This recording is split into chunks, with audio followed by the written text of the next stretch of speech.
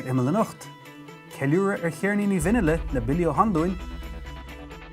John Sheehan le Lár Tíre leis an ring rafador Tina Claffey. Agus buachalí bó le rédó. Tá achrú mór takear an meallach go mimiide bailú agus a géisteach le ceol le blianta beag anuas. Ach míon go leordas na mion sunraí san sa cheol cailte nuair a hainimid ar hainteoirí ceol nua é. Le féidir thuchtaí íslódála agus gréasán rointe ceol i réim, tá go leor daoine ann inis nach mac an riamh le cearnaín uair cheannach.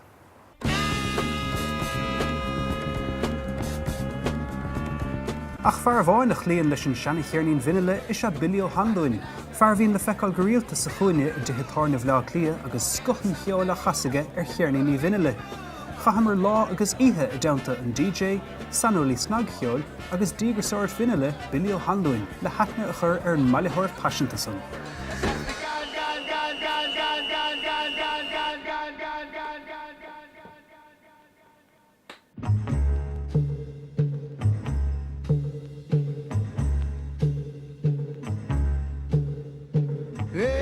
Finna a córa ihe réir. Tá hart ar chuaigh céad a gom anseo, agus tá hart ar 1000 CDs a gom, so tá túfás an, yeah. Bhí me géisiú le go leor ceol clásicach, electro, tá go leor ceol éagsúil sa bailachán.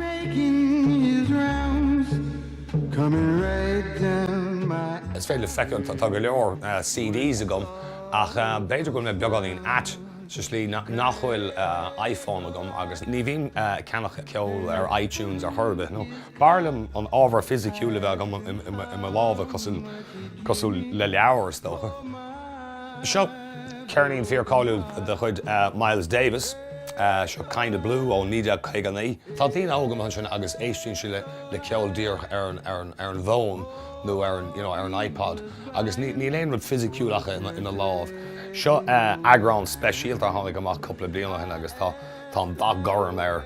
Agus seo cean na buntáistí is tócha leis na cearnaí. Tháinig an leabhar áling seo is a bhosca freisin agus scéal an cearnaí agus scéal Miles Davis an. So agus mé géisteach leis an cearnaí is féidir scéal an ceol a léamh agus ólas agus ólas crína chur ar an alien tóir.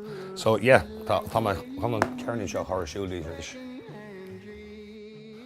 So seo piece of am All Blues ó Miles Davis ón cearnaín Kind of Blue.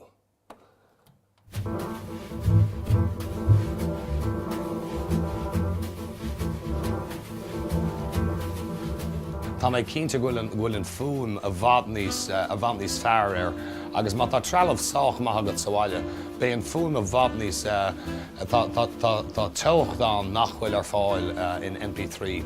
Agus stocha in MP3 tá gach éimre brútisteach i rud fíor bheog, ach ar an vinyl is rud ómhór é, agus tá fún omláin éagsúil as.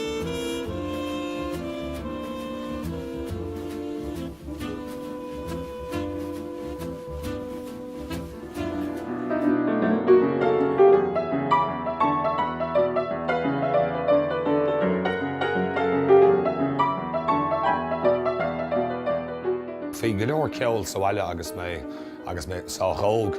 Tá beag an merig ar mo chud bhéiricha ach níl merig ar bheith ar mo chud tlúsa ach hí rang na ró ceolagam agus mé ar scoile go láisteáin agus nuair bhí me hart ar níomh líon ag dhís bhíoh me seint Imeall aní ar fud bailach lia agus is tócha níl mé an ceol a léamh ach tá an fáin chluisiint agus achar sin a bheith ar an beann.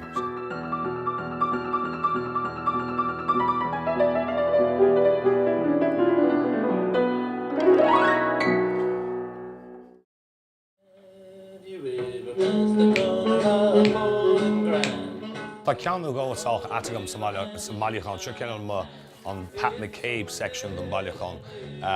So seo an sagart cáiliúil an Father Michael Cleary, agus seo cinál classic the kitsch éireannach, agus tá Father Michael an seo a kind of classic cos le the Chattanooga Shoeshine Boy, agus down by the Lissy side, agus 16 tons.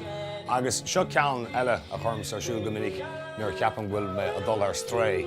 is smáilm éisteach le Anthony Levy, a caint meall The Will of God, agus Sister Emma Sumta, a caint meall The Lost Sense of Vocation.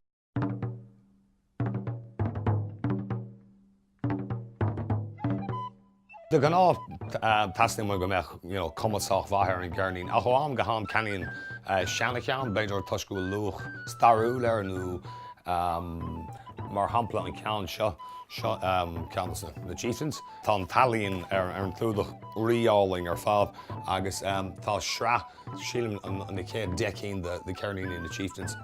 Agus dhéan Edward Delaney na clúdaí go léir na cearnaíní seo. Fuair sé seo ar €100 sa chathair, agus chunig mé ar eBay bhfuil praisna a bhaintnis airde ar fáil ar sa cearnaíní seo. So bí me dul háarta na siopaí go léir breanú agus a cuardach, agus sin is tócha chuid don pléisiúr ná bheith breanú agus a cuardach. Is tócha gur galar sláán tú le a bheith cuardach na cearnaíní seo. Is cinál plúis se lean é seo. Is minic agam isteachas dearmé go gahan mé beidir 5 nóméid agus den láirt le níos déanaí tagam amach agus beidir go cearnaí na bháin ceanagam. Ach tá comhlúil ar an bhas na siúpaí seo mar bheith aithneag na daine tá gobarn seo ar na daine hagann sa teach go minic agus minic as mé leabhart le daine eile. So tá cinál comhlúil ar bhathán idir na daine bhíonn sa ceannacht agus na daine tá gobar na siúpaí. The likes of London and New York, you've got specialist shops, we do have 1 or 2 over here. There used to be a lot more, but they've all shut down, sadly, because of the internet now. I mean, we would specialise in jazz and soul, classic rock and pop stuff, and then the hard to find, like psych rock stuff from the 60s and 70s. And we're really trying to get more people aware that we have this stuff here. Like an old school record shop, people would order stuff, and it was part of the community. If you've seen that book, Where Were You? It's all about the different music scenes in Dublin, and there's so many photographs where they're centred around record shops where there's like 20-30 people hanging out outside a record shop at the weekend because it was the spot to go to and hang out and listen to music and talk about music and order records. Sílim go gael an exú le daoine níos áige leis an gceol ná meach ag daoine míis agus daoine ní sinna má hain. An cearnaí seo mar hampel Closing Time na Tom Waits. Dom hain is cinál uorscéal an cearnaí seo, mar tá anaithna go mar gachéan pí a ceol agus nuair chluisim an céad ceann Old 55, tá me súil leis an pí eile, I hope that I don't fall in love with you. Tá se cinál cosú le bailachán gearcéalta nó scanán agus mír a bháin a teachta ní a mír eile. Ach is lá aniu an is féidir dír na tracks is mín leat a chluisint. Ach nóir thurntún an cearnaín seo ar siúil sa bhaile. Tá sé cosú le síos agus breanó ar scanán agus tá ard agus aigear ar na PC ceol éagsúla. I had a beer and now I hear you calling out for me. Tógach mé a tlán bhí bailachán ómhór leabhar ag maithair agus tuigim cinál meown an duine bhíonn sa bailiú agus chu crut ar bailachán. Agus is tócha gur go dtí de scéal hain inúil sa bailachán. So nar bhreanim sé hain ar mo chuid cearnaí níos bhaile, feicim go leor don na héal hain, na stair hain sa bailachán sin.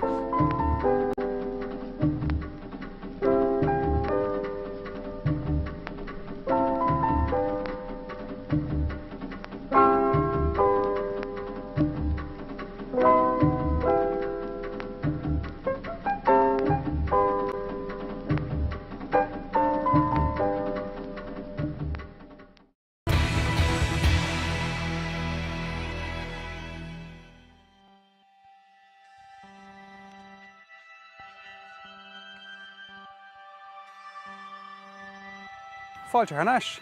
Gríon chafadóir fiachúlra I tína clafií a spura I gunda bhaile, agus tá spántas léir siúla gaslan bhur go tús fianair a chahan solas ar héal an fertig. Chuig an ceoltóir agus fille John Sheehanán chuléiscint, agus le lá chahabhar an burtach le tína, le feiceáil conas mar an alíontóirí inspráid éagsúil ó áitinéir le.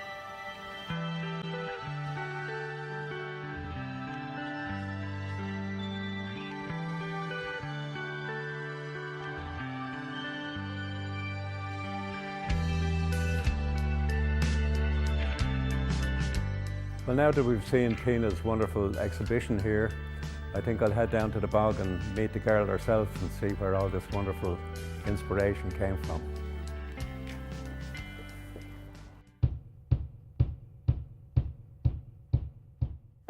We're about 4 miles outside of Birr. It's a Right. beautiful, well I believe it's very beautiful, preserved bogland called Cologne Bog.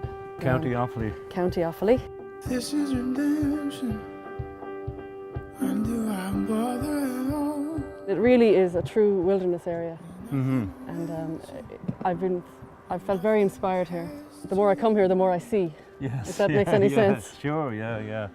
Most people, if you think of the bog, you think of brown and you think of very Yes. dull colours, but I've really discovered here with the use of a macro lens, which is a lens that you can get in really close with. Yes. There's so much colour. It really is a kaleidoscope of colour Right, within the yeah. bog that All I miniature. never ever realised before. I moved to the cold under a mountain.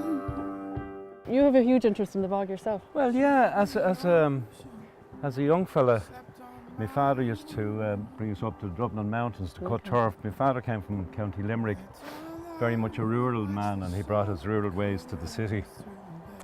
And it would never have occurred to my father like to go out and buy a few bags of coal for the winter. Come St. Patrick's Day every year. Time for the bog now, lads. Eat until your father's at the table. Now I'll take you off the beaten path here a little Oh, the bit, John. beaten path, yeah. So they say if you walk where the heather is, you're not going to sink. Never Talking about the beaten path, or taking us off the beaten path. Somebody was telling me you spent a few years in Africa, Tina. I spent almost 9 years in Botswana, which is a landlocked country between Namibia and Zimbabwe. A true wilderness area, really, Right. the whole country. I worked initially there as a photographer, but I fell in love with the place, and when I did go back there on a more permanent basis, I was working in the safari industry. So Yeah. that allowed me to work in a huge variation of landscapes and wildernesses and Right. wildlife. So when you came back home, I suppose you saw. Oh, when I You came saw back new home, things and oh god, familiar- yeah. When I came back home, I was very lost, to be honest. But this has been my little saviour, This- this this little is your bog, new- because new wilderness we're at in home. we're absolutely. This is a pristine wilderness, and it has a lot of plant life here that is indigenous to just to the this- areas of the this bog and to this area, area yeah. alone. This is actually an area where all the sundews were. All the which? The sundews. Oh no, that's them there, but they're all gone. It's out of season. Where were those things Those with all the spikes? yeah. Really? Yeah, these small little sundews, they're literally little fly traps in the Right. bog. They don't get enough nutrients from the earth itself here, Yeah. so they've adapted to attract Right. insects and devour them. Isn't that a funny thing in nature? But I think part of the beauty of what you've done now, well, you're showing me a spot in the ground here now that there's a tiny little bit of decay, but you've captured the beauty of what was there a couple of months ago, and Yeah. it's framed and you can share it with everybody now. Absolutely, and to know that it will come full circle again, and it will be Yeah. here. After another circuit round the sun, Yeah, exactly. back to the same back point to in square space. one again. Yeah. Yeah, lovely. Magic. 2,000 years now. Been in that water. 2,000 years.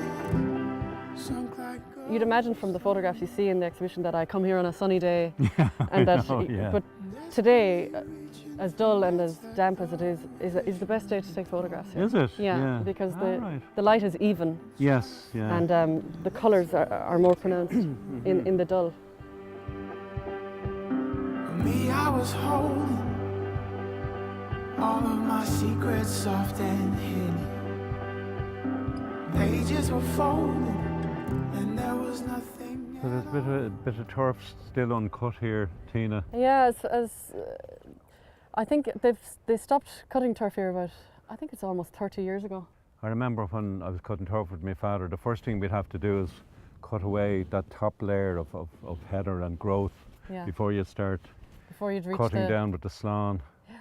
Kind of images come back of cutting down, 6 foot into the ground. You're cutting down through centuries of forgotten forests and forgotten suns and recapturing all the calories that were built up over the centuries, I had a line that came to me one time about my father Slán cutting down through centuries, bridging time, reading history in the University of the Bog. Wow, that's fantastic. Yeah, a little bit removed from the hard work involved, but yeah, it were great times. And then years later, I was asked to write a tune for Bord na Móna. I think I know that one. You know that one? Da, da, dee, dee. And people used to call it the bog waltz or the Bord na That's Móna right, waltz. yeah. Barney used to say, give us a bog waltz.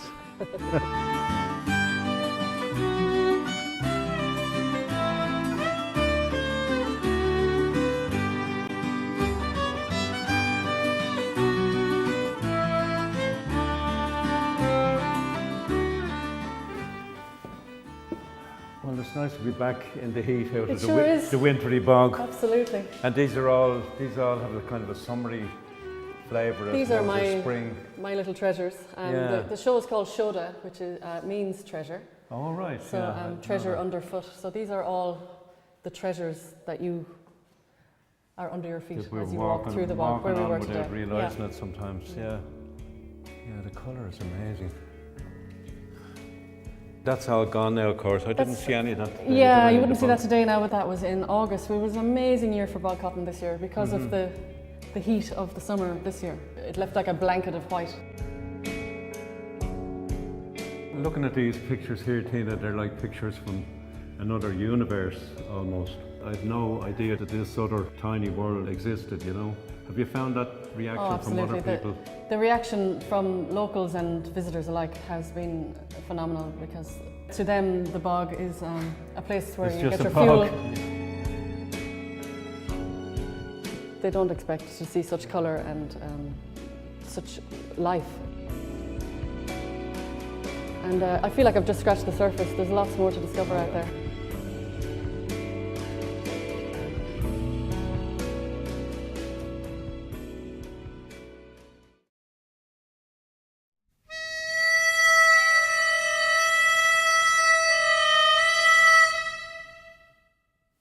Agus I'm sin nula go dridim linn is féidir bheith súil le gamarach nula geile ó Aisteoirí Bulfin.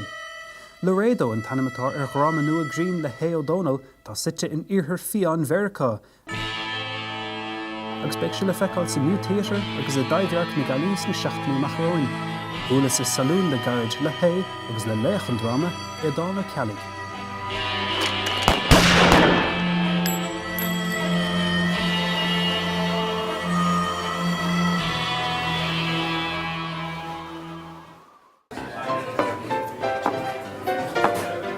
That's it. Stuff drama se Laredo. Drama Green sites na 88 bei.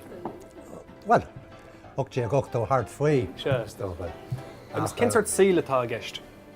Tá dúcha sin an a spéisiúil mar sin áitir rasnaí an mar dear fan Americanig na Mexicig agus Apache agus Navajo agus na Travanaí bundúchasach mar dear fa. Agus I found le fada drama I dhéanamh Imeall ach sitse incineration gohfuil sean taithí ach os na scanáin. Well, bhí taithí níos mó agam san námara í agus. Tóga chú leis na scanán sin, scanán Múchlibó. Tóga mis leis an scanán sin agus ar an televis com mar bhí an Virginia agus Ráid agus a lehéid sin. So chunig mar soach rialta agus de hiice mar na múnlaí agus na clichés ar fád a bhain. So binne bhil mé agus tréisúin cúpla gamarachta dhéanamh de heasta gom rud éigen éagsúil a rial. Agus fuidir seo éagsúil áit. Fuidir seo éagsúil áit. Fadó, dhéanach na mnása gine na sean óráin na chasa. Chun sin is braga agus I drísa chun catha.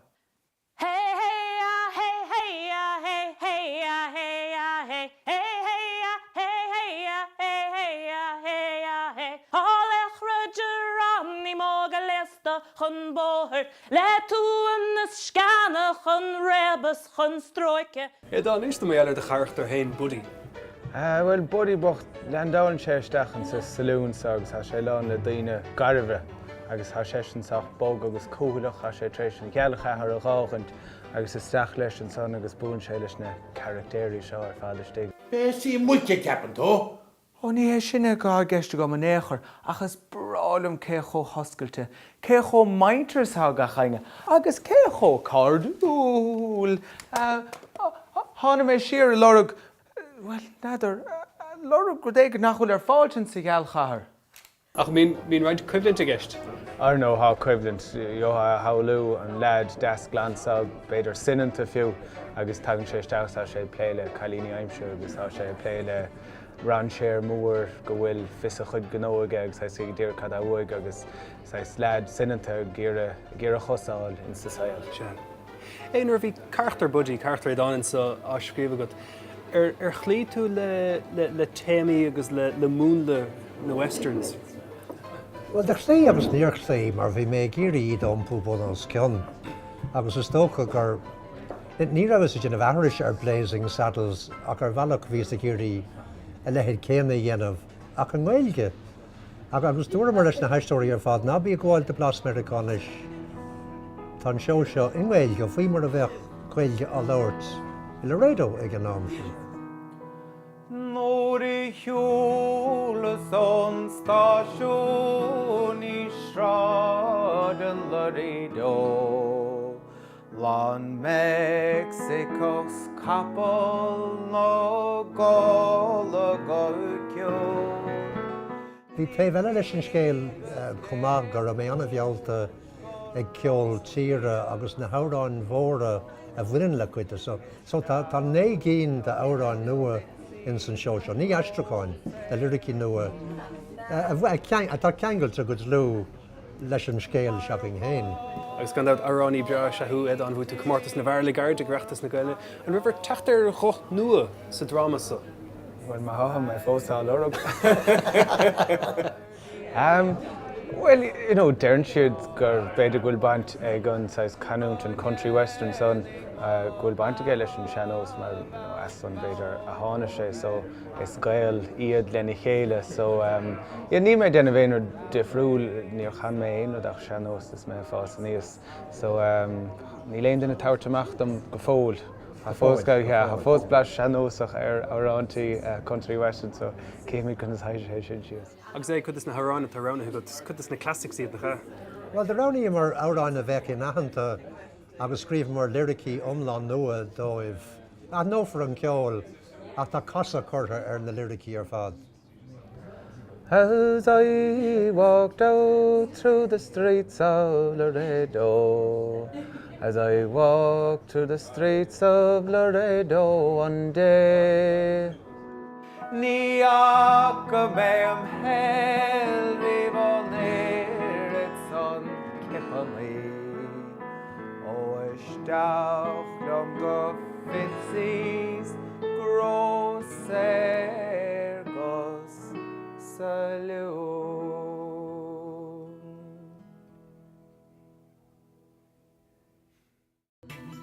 Bígan ar dauntan teachtain seachúinúir bheith gadíocht alíonna áfléig snéad mé bhhainnig le taspántas Evie Hone sa ghaileh agus beidh ihe goin ag an mála Carmen.